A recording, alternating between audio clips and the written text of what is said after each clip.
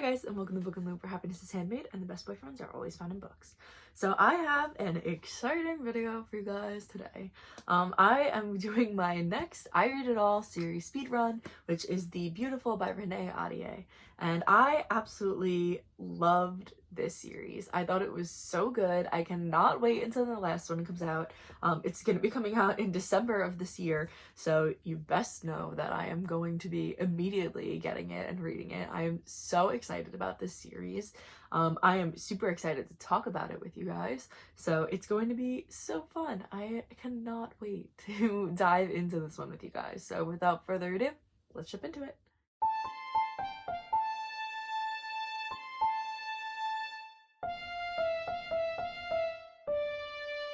So I have a ton of notes that I'm going to be going over with you guys. I have about 3 pages front and back, as well as this little note sheet that I have.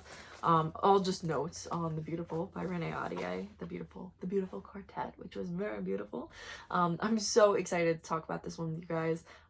Super in love with it, thought it was so good. So The Beautiful Quartet takes place in the 1800s, around like 1870, during the time like just following the Civil War in the United States, before women had rights to do anything. And it follows the story of Celine, and Celine is fleeing France, coming to the United States and traveling down to New Orleans because back in France she was attacked by a man, and she wound up killing him during the attack in self-defense. But like I said, during this time the women didn't really have a whole lot of rights, and so she would have been basically killed, gotten the death penalty for killing this man. So she flees and heads on over to the New World, and down to New Orleans, where she's going to be staying at a convent and basically being watched over so that she can start a new life here in New Orleans. But while she's there, she runs into another girl named Odette,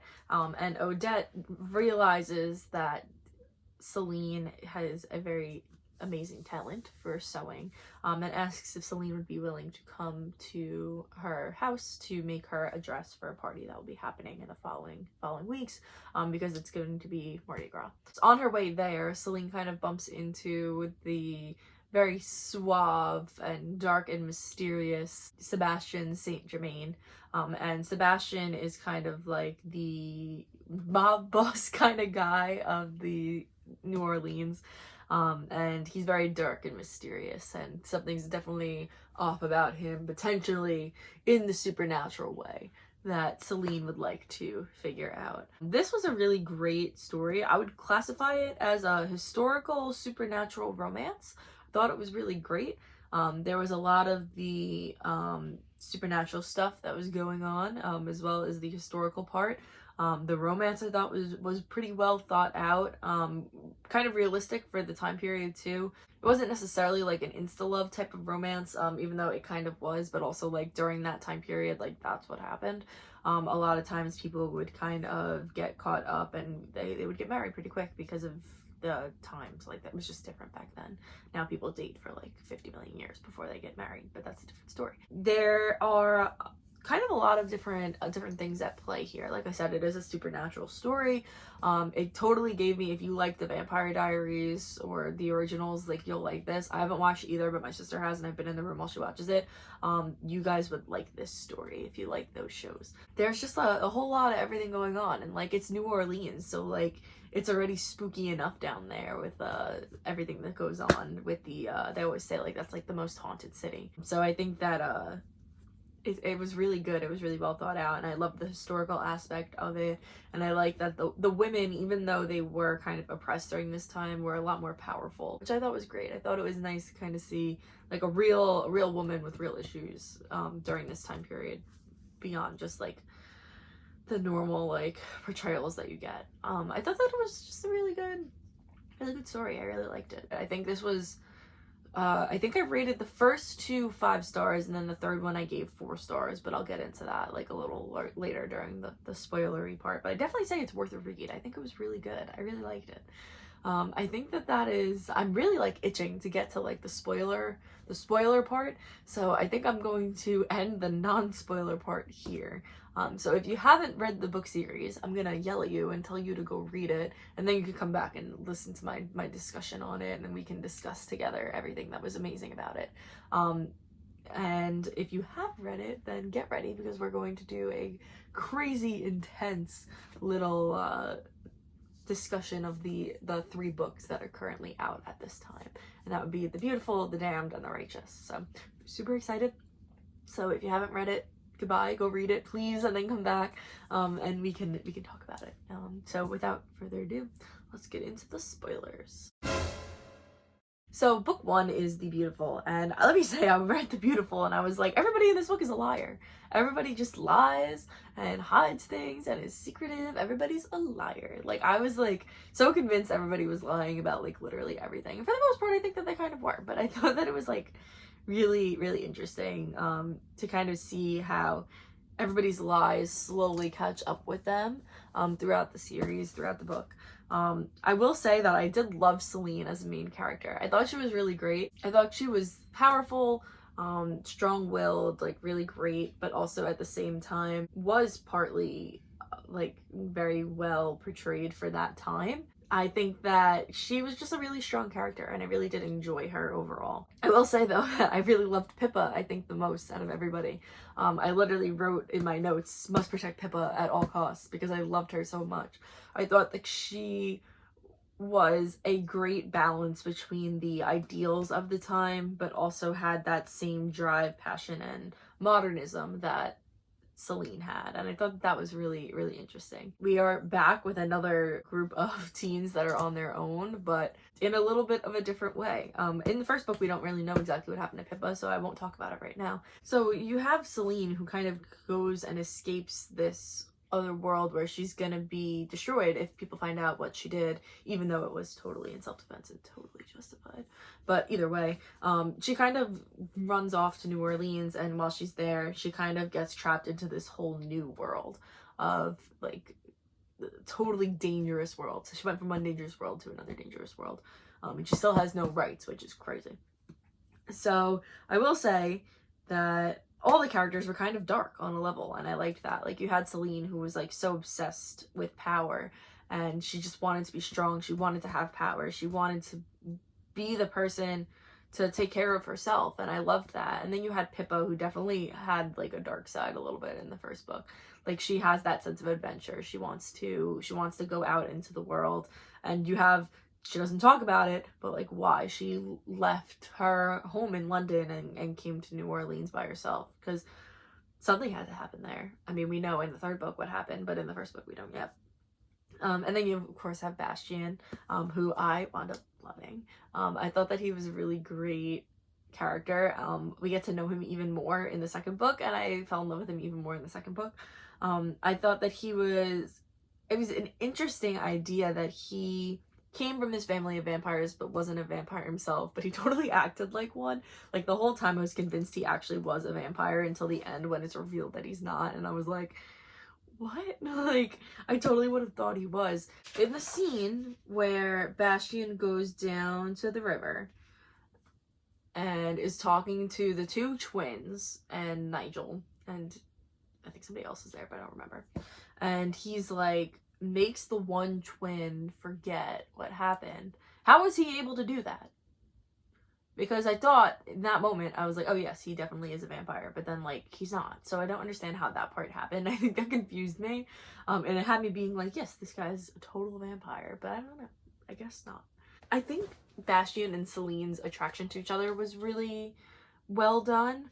They're not in love with each other at the beginning. Like, it's not like an instant like, oh my gosh, this is the love of my life kind of like attraction.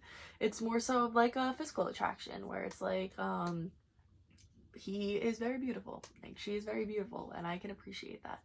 And I appreciated that, in that it wasn't like instantly we're in love, that they kind of dealt with the issue of being physically attracted to each other in a time where it was kind of like not okay to like talk about those things. Kind of had like a very base relationship there, and I thought that was greatly done. And I think that was like part of the reason that I was like okay with it, was that like she was just physically attracted to him and wasn't afraid to say that. Like, she, like, knew, like, she shouldn't be, like, into him, and she didn't want to be into him. But she couldn't deny the physical attraction. I thought that that was great, and I think that that's also part of the reason that I was okay with the romance in this one, was that it wasn't like a, like, throw all caution to the wind, like, I'm in love with this person even though I don't even know them. Like, Celine was willing to admit the fact that she was just attracted to him. Like, it wasn't like a, she wasn't in love with him, she just thinks he's handsome, which is, like, totally fine. Like, so I am super curious, and you guys will have to let me know in the comments how you felt about Michael, because I had a love-hate relationship with Michael. At the beginning, he was, like, an okay guy, you know, like, he was, like, very respectful towards Celine, was very protective. Like, I enjoyed his character, and then he annoyed me at the end of the second book, and the, like, entirety of the third book, he annoyed me, because I was like, you're being, like, super annoyingly creepy and, like, so overprotective. I always thought that he was a werewolf. I thought throughout the whole first half of the book, I was like, this guy is a werewolf. And then he's not. So I think it's interesting that these two, like, heads of their family, not that Michael is necessarily the head of his family, but he's, like, the representative character for, like, his family in this book series, are not, like, the creatures of the families that their families are. Like, Bastian is not a vampire yet, and Michael is not a werewolf yet. Like, I think that that is so, like, I don't know, like, I thought it was, like, funny that, like, these two people that are, like, the heads of the story, like, the main characters, the main love interests in the story, are not their respective creatures yet. I thought that that was an interesting way to look at it, because that was something that, like, I didn't like in Twilight, was that the, like, Edward was, like, so much older than Bella, and, like, I hate that stuff. I hate those, like, super large age gaps. I know that probably sounds ridiculous, because, like, I enjoy A Court of Thorns and Roses, but I don't know, like, large age gaps like that, like, bother me. Like, I'd rather, like, you guys be, like, closer in age. And so Bastian, we have, is 19. Michael, I think, is, like, 22. I'm not sure if they ever actually say that. And Celine, I think, is 17 or 18. And then Pippa's 16. So you kind of have, like, they're all close in age, and Bastian is just 19. He's not 19, give or take 1,000 years. Like, so I enjoyed that fact that he's 19, he's 19. I will say that the whole family thing confused me. I didn't understand Bastian's family dynamic, because you have, Uncle Nico, Uncle, Nikolai, am I confusing my books? Nicodemus, Nikolai was from a different book that I read. Nicodemus Saint Germain, right? And he's a vampire from a very long time ago, back when they were still part of the Sylvan Wild. You have, then, Bastian is his blood nephew, like, nephew by blood. And I believe Nicodemus's sister is Bastian's mom. But I don't understand how that goes together, because if Nicodemus was originally, like, the vampire king in the Sylvan Wild, right, then how does he have a mortal sister that then has Bastian, like, and Bastian's only 19 years old? Like, I didn't understand that, and it took me a long time. Like, I still don't really fully understand that, but I've decided to just accept it as part of the lore. I will never understand it, and I have made my peace with that and moved on from it. So I think that I was confused by that. Michael, I understood a little more, because it was kind of like a more clear, like, I don't believe werewolves live forever, as far as I can tell. Like, the vampires live forever, but the werewolves don't, to my understanding. So, like, yeah, whatever, like, the lineage, whatever, on Michael's side is fine. But on Bastian's side, I had no clue what was going on at all. I was, like, trying to piece it together and draw a family tree, but I got nowhere with that. So I don't know what exactly was going on with that, but whatever. So, like I said, I kind of, like, didn't really, like, love Michael, but I did like Bastian. I thought that he was really great. I also loved the amount of diversity that this book has. We have a lot of mixed race characters, characters from all over the world, that are being brought to this this center of New Orleans, and you kind of see their interaction with the world, with each other, in a post-Civil War world. And you kind of get like that, all these different characters that are facing all these different prejudices from outside forces, as well as the fact that they're like immortal creatures. There's like a lot going on there with the history aspect of the story too, that I really enjoyed. I thought it was really great. I loved kind of getting to explore this time period within the context of a supernatural world, where you have these beings that have been alive for so many years. They've seen all the iterations of the world and like how things have changed through time, which I think is an interesting concept to explore. And I kind of wish there was a story, maybe there is, maybe I'll come across one, a story where it was a vampire that kind of lived through all of these like different time periods, and like they explore each time period. It's not just like a moment in time, but it goes through all of them. Like, I think that would be pretty cool. But I don't think I have the brain capacity to write a story like that. So if any writer is watching this and they are like, oh, that would be an interesting story, you got it. So I mainly, for the majority of book one, focused on the, I hope I'm saying this right, the Hiver, I guess Hiver, right? Because it's like river, Hiver, I don't know. The 1872 chapters. The ones that were like interspersed randomly throughout the story. I mainly focused on these parts of the story because I thought that that was like the big, like gonna be the big reveal, was that it was going to be like Michael. I thought it was gonna be him because, like I said, he gave me creepy vibes. Like, I was like, this guy's kind of weird. I feel like this is Michael, and I wrote that down because we know that the point of view isn't Bastian, because we get the third person chapter from Bastian, and also I'm pretty sure there's a chapter where the I'm gonna say the 1872 guy is watching Bastian, and we know that the creature, unless the 1872 is like the creature that was in Celine's room, is obsessed with Celine, and Michael is kind of giving off those vibes. He's kind of a little bit obsessed with her.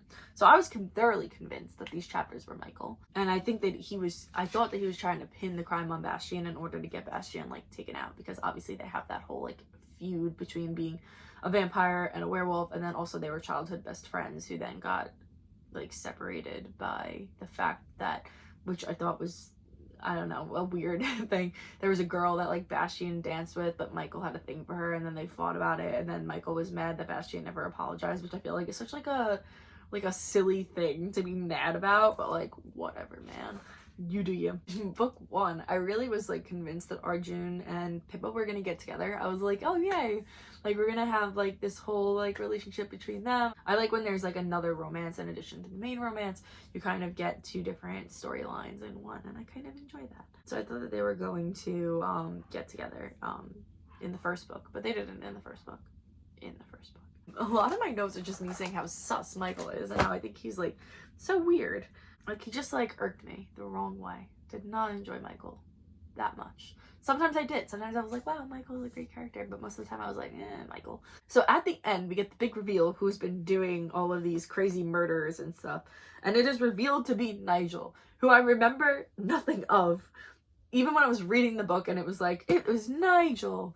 I remembered nothing of Nigel from the first, whatever, like 300 pages of the book. I was like, who's Nigel?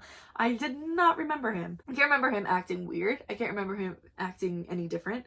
I don't understand how he faked his own death at even like a little bit. Like, how you, like, I don't know. Like, it just was like very I don't know. I just did not expect it to be Nigel. I'm fine with it being Nigel. I'm glad it wasn't like Bastian or like, I guess even Michael. But I did not expect it to be Nigel. I was like, this is like, I feel like a random character that we didn't really know too well. So I don't know. I didn't know how I felt about Nigel. At the end, I came to understand Uncle Nicodemus a little bit more, because he really just didn't want Bastian to be a vampire.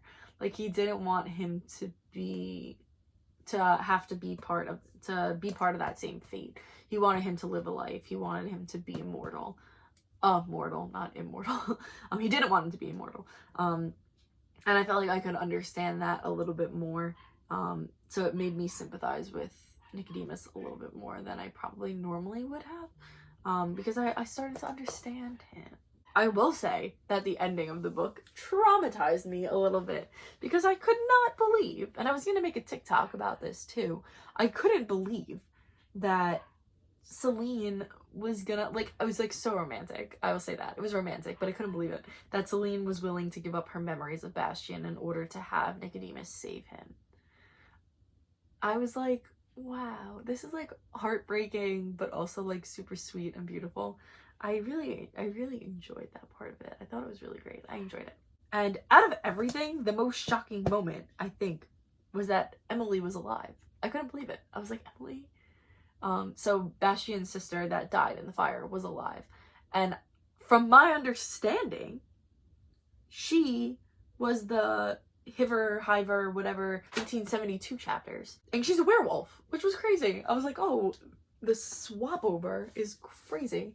Like, she was like supposed to be a vampire, Nicodemus wouldn't let her become one, and so she was like, I'm gonna be a werewolf instead. But the werewolf actually like saved her from the fire. We find that out later on. So I don't know exactly if the Hiver chapters were Emily or if they were Nigel, but I'm thinking that they were Emily, and Nigel was the one in the earlier Hiver chapter that came up to the like narrator of that chapter and was like groveling and being like, I could be perfect for you, you know, like so I think that was the more so the story of what was going on there. So I think that's everything about The Beautiful. I'm talking too long about The Beautiful.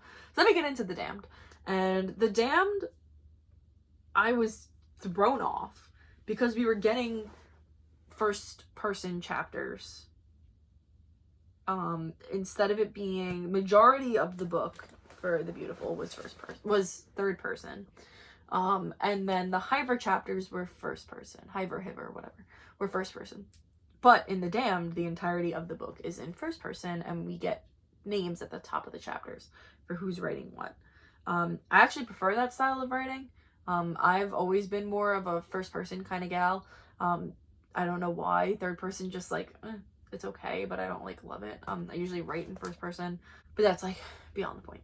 So then you have like the clear distinction between, you have the Brotherhood, who is the werewolves, and then you have the Fallen, which are the vampires.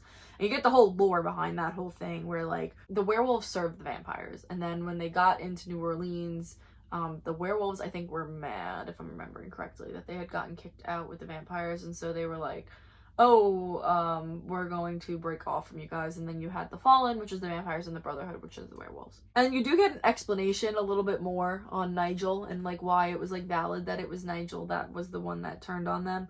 Bastien says, in order to get back at Nicodemus for turning Nigel into a vampire, Nigel wanted to basically kill Bastien because he figured that was the only way to get back at Nicodemus, because Nicodemus, his whole like thing was like riding on Bastien being mortal. And so he figured the best way to get to Bastien was through Celine, and that was why he was kind of like going after Celine. He was angry at being a vampire, and I can get that. Like, you kind of like were living your life, and now you have to like live in the darkness, and like you're gonna live forever, but like everyone around you is gonna die, and like I could see being mad at that. I could see being mad being turned into a vampire. The rest of the vampires in the Court of Lions mourned Nigel's betrayal. They weren't just like angry that he left them. They were kind of, it was like losing a brother. Like, it was like they were upset, and they really they played into that well, and I thought that was a really great plot point for Renée Ahdieh to include. I thought it was really great. I really enjoyed it. I thought it was nice. I like that they were mourning the loss of Nigel. They weren't just saying like, oh, well, he betrayed us and moving on. Like, they were very upset and very hurt by it, and I thought they portrayed that very well.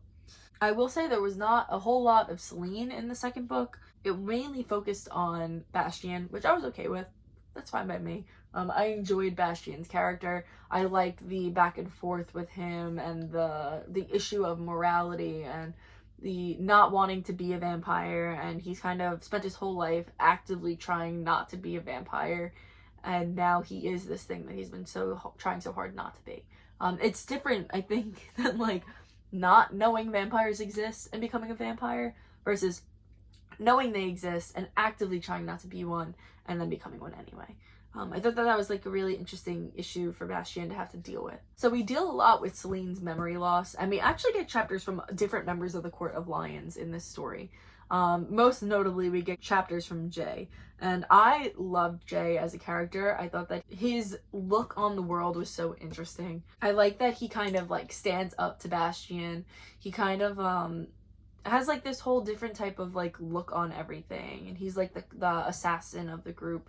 So he sees things that people don't really notice, and I think that his chapters were really interesting, and I really enjoyed his chapters. I liked Jay a lot as a character, which made his betrayal at the end so much worse, because I enjoyed him as a character. I thought that he was great, and so the fact that they felt like he betrayed them was upsetting, because I liked Jay a lot. I thought that his whole story arc was interesting, and even the fact that he felt so trapped, and that Nicodemus didn't help him when he needed him most, and that the Lady of the Veil did, and the fact that Jay still felt like he was still felt loyal to Nicodemus, I felt like was so telling of his character, and I thought it was great. I really enjoyed Jay as a character. Speaking of the Lady of the Veil, you had to figure Celine was going to be some type of big shot within this like fae, vampire, dark, wild, Sylvan Veil thing, because I mean, how could she not? She's the main character, of course.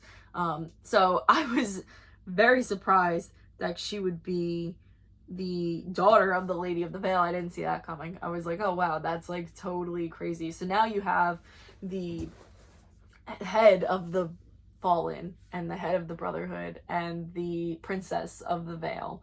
I was like, there's like a whole lot going on.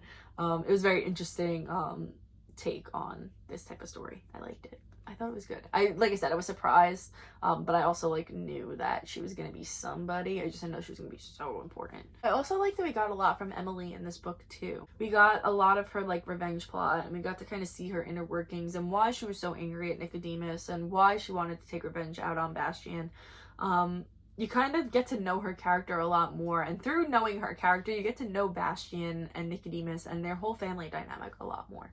If you'll remember, in the end of book 1, Celine gave up her memories of Bastien in order for Nicodemus to save his life. And then in book 2, you have like all the memories are like slowly starting to come back to Celine, and you have her go to the Court of Lions for the first time, and she sees Bastien again for the first time, and it just like, it got me emotional. Like, I don't know why. Like, I didn't like cry, but I was like feeling emotional because like, when you see somebody that you love for that very first time, and it kind of feels like that earth-shattering moment, you don't get to do that again. You don't get that first look again, but she did, and it was the same. Like, she felt the same. It was still that same like, oh my gosh, like moment, you know? And I don't know, it got me all emotional. Like, to get to see the person that you love for the first time, a second time, like, it's just like, I don't know, like, it was just like, it got me all emotional. I was like, wow, this is so cute. I loved it.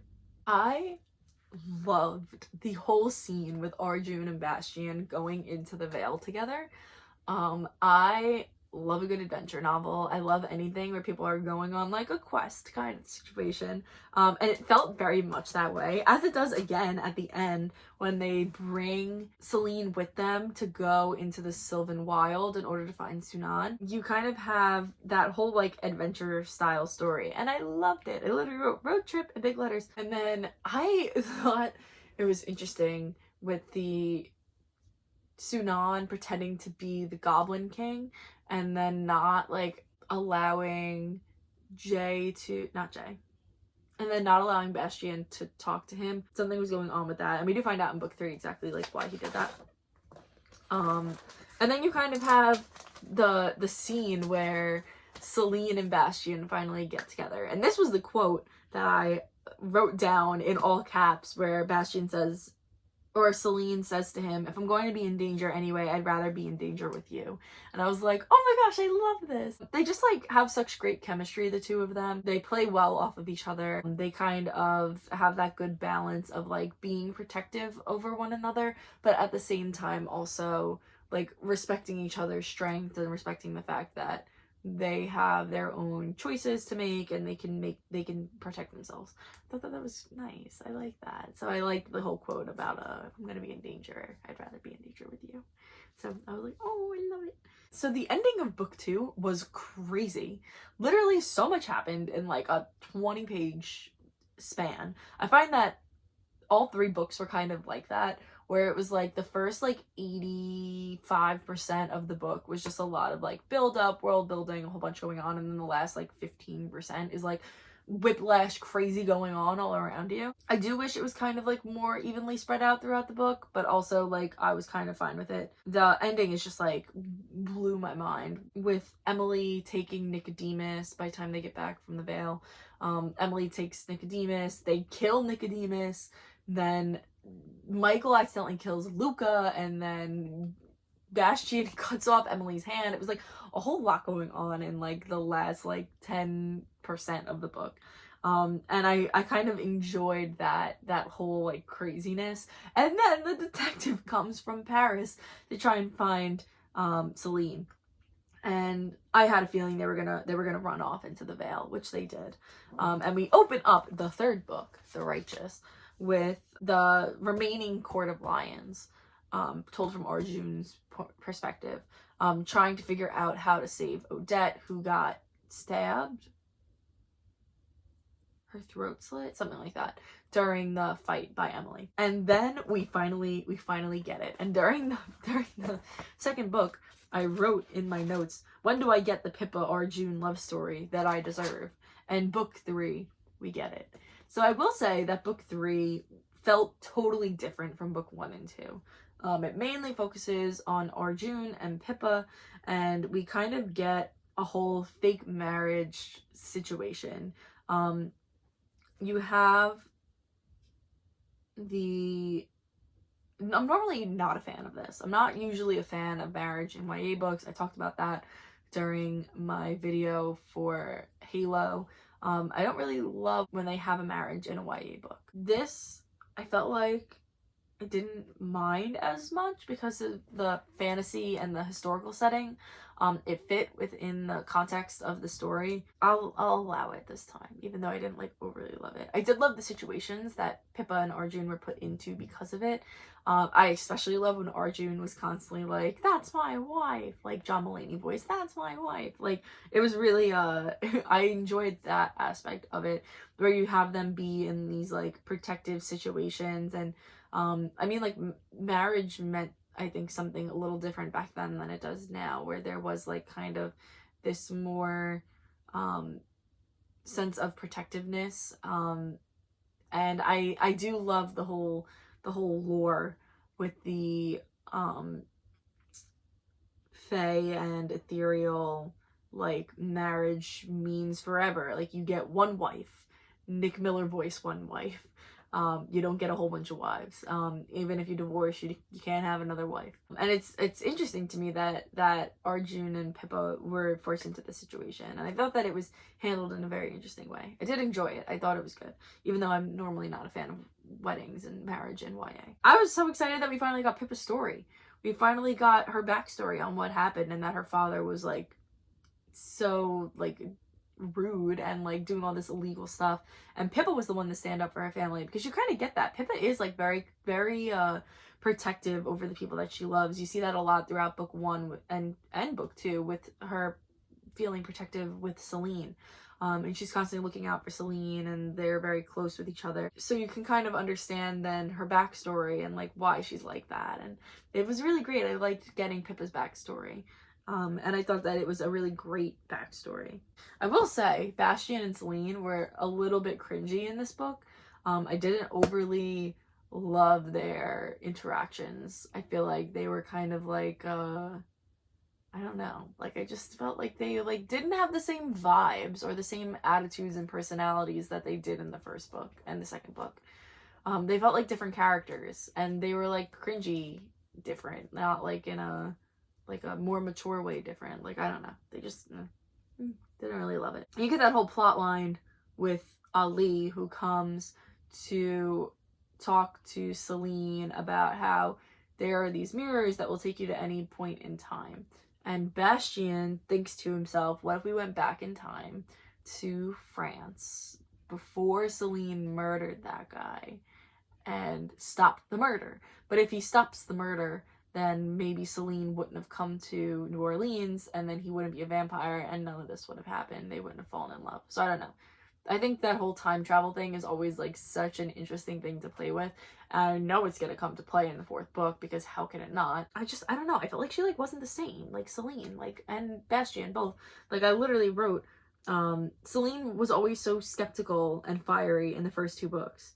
Her willingness to trust the Lady of the Veil seems out of character in this one, because she's like, just like, no, Bastien, your feelings are wrong. Like, my mom is great, but like, you were so skeptical of everything else in the first 2 books. Like, why are you all of a sudden being so welcoming and so accepting of your mother, who you know is like, just because she can't lie doesn't mean she's not going to trust the truth. Like, I don't know. Like, it seems very like, I don't know. So like, I think Celine and Bastien were very different in this one.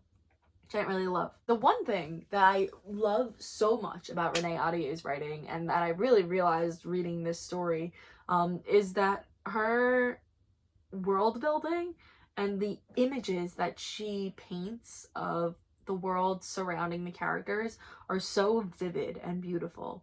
Like, you can really like see the setting or the scenery of the moments that the characters are in.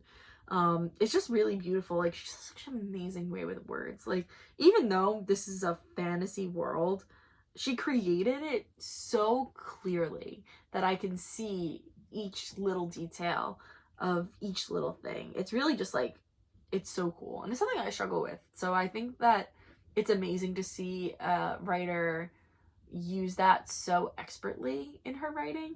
I'm really just like so impressed. I really loved the description of the locations, and I could see everything so clearly in my head, and I just really loved it. It was so amazing. It's so good. Really loved it. Like, to the point that I'm like, I have to read her other books because I need to, it's like a case study in how to describe places perfectly.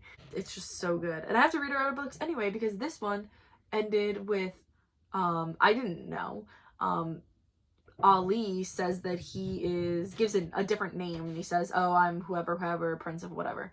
And I was, didn't know who it was. I was like, okay, is this supposed to mean something to me?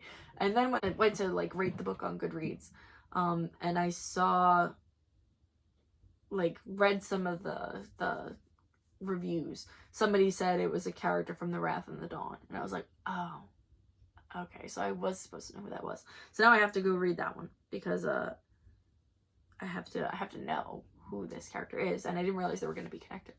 So I do like when authors do that. I like when they connect their series all together.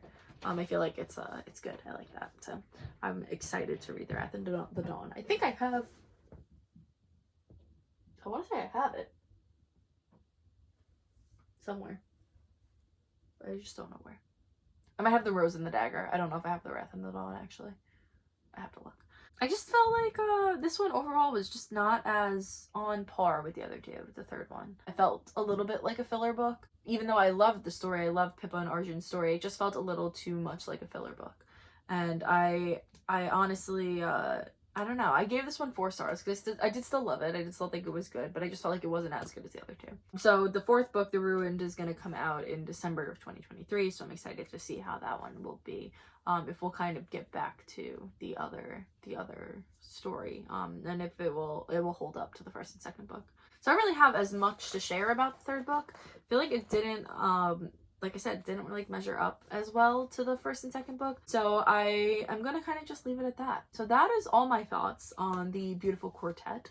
I definitely will say you should read it. I really loved it. I think I'm gonna say it's my favorite series so far. I've only read 3, but I think that this is my favorite series so far that I've read. So I think that it's definitely worth it. Read it. I think that if you guys are looking for a good vampire story that's way better than Twilight, then you should read this one. I'm gonna have to read Twilight eventually, and I'm not happy about it because I read the first 2 books and I didn't really like it. And then from there I was kind of like, I hate vampire books, but this one I actually liked, so I was pleasantly surprised by it. I guess because it didn't really feel overly like a vampire book. But it was really good. I liked it a lot. I definitely think that Renée Ahdieh is very talented.